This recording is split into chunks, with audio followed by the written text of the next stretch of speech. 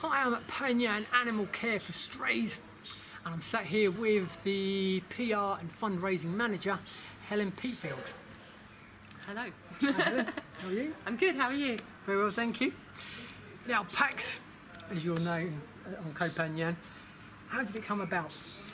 So PACS has been here a lot longer than I have on the island. It started in 2001. A lady called Siobhan from Ireland, she was travelling around Asia, and she stumbled across Koh Phangan and fell in love with it, but of course she was seeing a lot of problems with stray animals.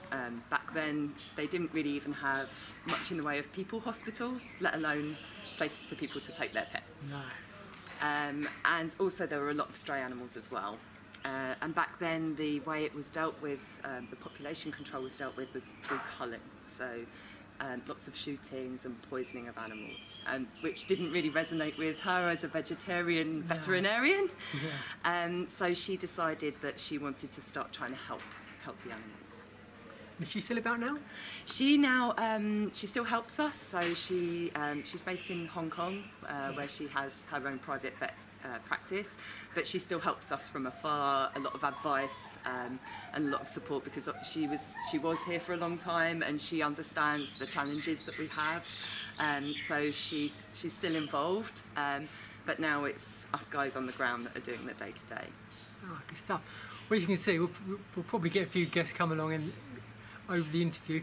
We've got lots of dogs here, some cats, Monty the python. Yeah. Do you get any other animals? Yeah, there have been, since I've been here, not huge numbers of different wild animals. Sometimes occasionally birds, although they're quite difficult because it's usually fledglings and without their parents they don't do too well.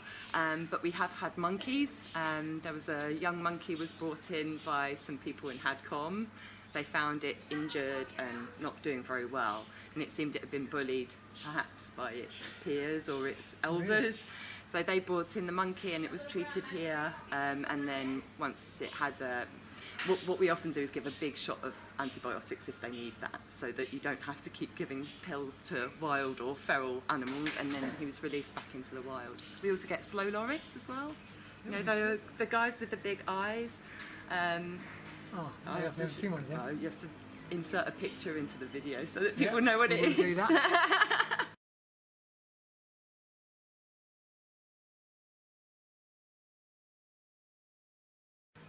Yeah.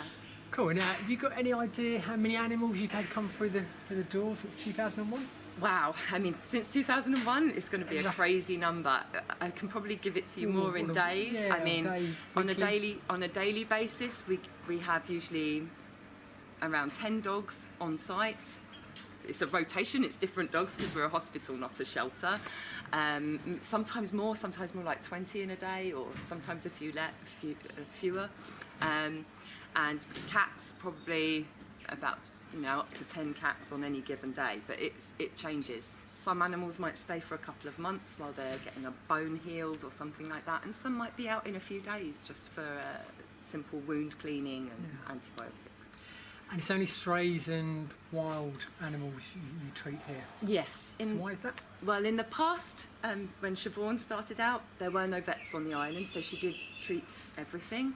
But we're a donation-based organisation, so we are completely funded out of people's goodwill, and we need to use that money wisely. So we need to use it for the stray animals. If you've taken the responsibility of an animal, there are now 2 vets on the island. So we request that they send them there. Pet, you should be responsible and take care of it. Exactly. Now there's options. And one of the things you put a lot of time and effort in is sterilisation. Yeah. Why is that so important? Well, for us, sterilisation is probably our #1 priority. Anybody who's visited the island or spent a bit of time here will see that there's many animals on the beaches, hanging around resorts, 7-Eleven, everyone knows their local 7-Eleven dogs, and there's just far too many. There's more animals being born than we can find homes for. So a big part of it is the population control. Without it, we get, well, it still happens anyway, we get poisonings. Even though it's illegal now, it does happen, so, yeah. Is that happening less? It's not sanctioned, so it does happen. I think it happens less, but it's difficult to know because we only know what we get reported. And there's probably a lot of dogs out there that don't even have anyone who knows that dog. Often the ones we find out about, it's a pet that got into some poison because it's quite indiscriminate. Or somebody has what we call a community dog, where they've got a few people that look out for them, so they notice that the dog's got sick, but it's probably happening a lot more than we know. It's kind of a desperation way of dealing with an unwanted population, and without us controlling it, it's going to happen more. No, so you're doing your bit controlling it. I get the feeling the ties are warming to animals. When I first started coming to Koh Phangan about 7 years ago, I can't remember seeing any ties with pets. We see them now have pet dogs, pet cats. Yeah. So I guess that's a really good thing for the animals, for yourselves, for everyone. How do you deal with the heartbreak that must go on? I mean, do you have to detach yourself? So yeah, I mean, when I first started here, it was really hard work. The emotional side of it, every 5 minutes in tears, or people come for a tour and you can't get through it without crying yourself. But over time you do build up a little bit of a thick skin. Yeah. But then last week I was fostering a couple of puppies from here, because we don't like to keep puppies in the clinic if we can help it, because they're so susceptible to diseases. So I took them home to finish off their nursing care there. Our nurse showed us what I had to do, but one of them, she didn't make it. And because I've been caring for her at home, it was a real blow. Or, sometimes we have them here for months and then something tragic happens, and that's when it really hits home. When they have a chance to tug on the heartstrings. Yeah. We get to know them. They've all got personalities, just like your pets have. All the street dogs have personalities as well, so it does get you. I guess, is it more difficult when an animal comes in and it's down to cruelty rather than being a stray, maybe being in a fight? So, for example, when earlier we were talking about a dog called Boone, and he got dragged from a moving car. Yeah. But I have to say that, fortunately, it's very rare that we find out-and-out abuse cases. It's usually more a case of a little neglect through lack of knowledge about what animals need to be provided with here. I think shelters in the UK probably see just as much, if not more, cruelty cases than we do. So luckily it doesn't happen too much. So you talk about the knowledge of the neglect. What can the locals do to make your life easier, to help the stray and wild animals on the island? I think, I think the Thai community, they're really behind it. We get a lot of Thais come in here to help or to adopt. They are often also bringing animals to us. They often have transport, so they can bring a sick animal to us and help us that way. But what I find is actually, sorry guys, it's our lot, the Westerners often, that come here for maybe 6 months or even just a few weeks, and they bring an animal out of its territory back to their bungalow, think they're doing it a good service by feeding it every day, but actually what you've done is you've taken it out of its pack, where it's in its hierarchy already. So now it's more likely to get into fights, struggle to find food because it doesn't know how to anymore. You've been feeding it twice a day. So supporting us by not creating the problem and making sure you get your animals sterilised. Get your animals sterilised. That's probably our main thing. Yeah, donations, fundraising, helping us, spread the word is all fantastic. But until we all start sterilising our own animals and helping us to gather the street dogs to be sterilised as well, I don't think we're really going to touch the surface. So, like you say, if you're coming here for 6 months, don't take a dog in. Unless you can take it home with you. Unless you can take it home with you, yeah.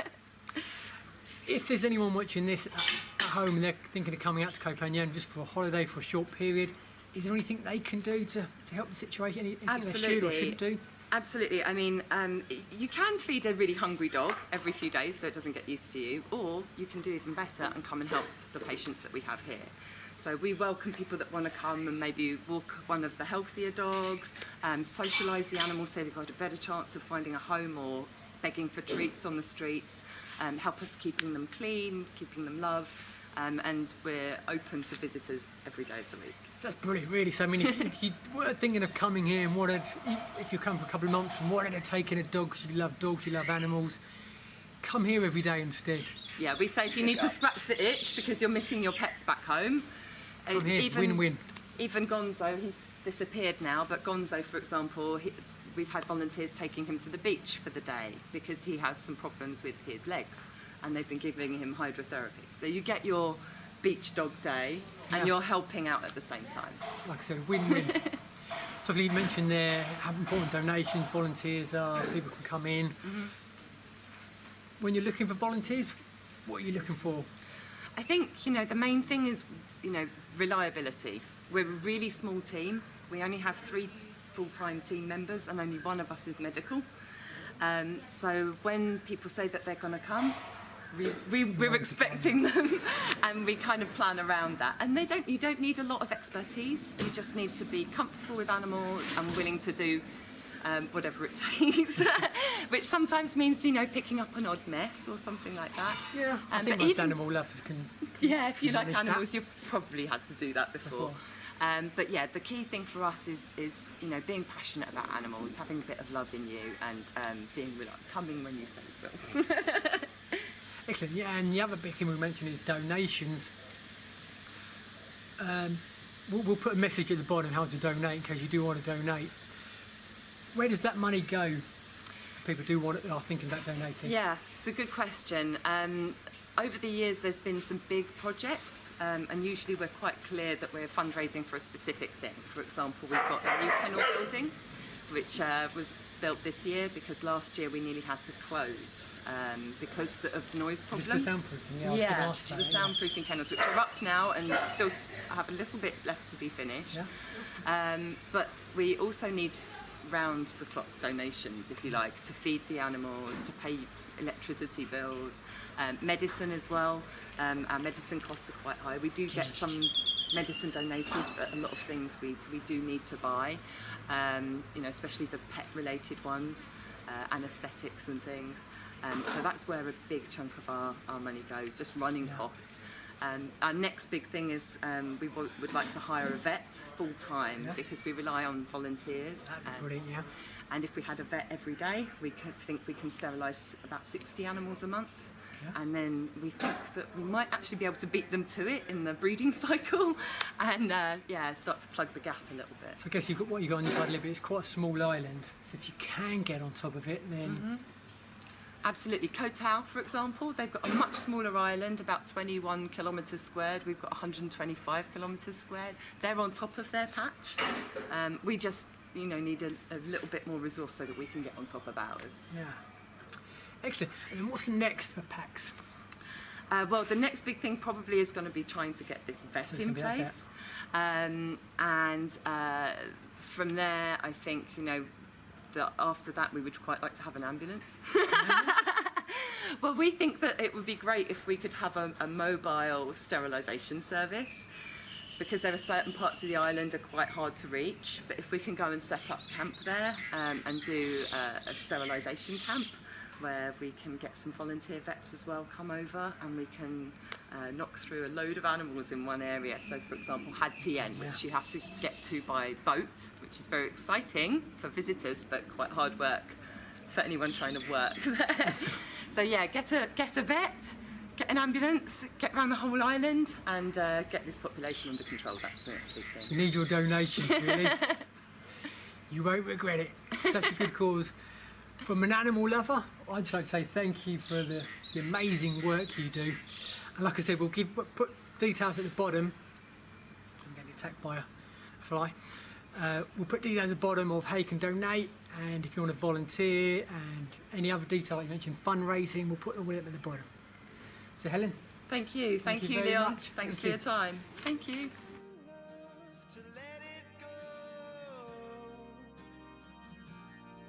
But if you never try, you'll never know just what you want.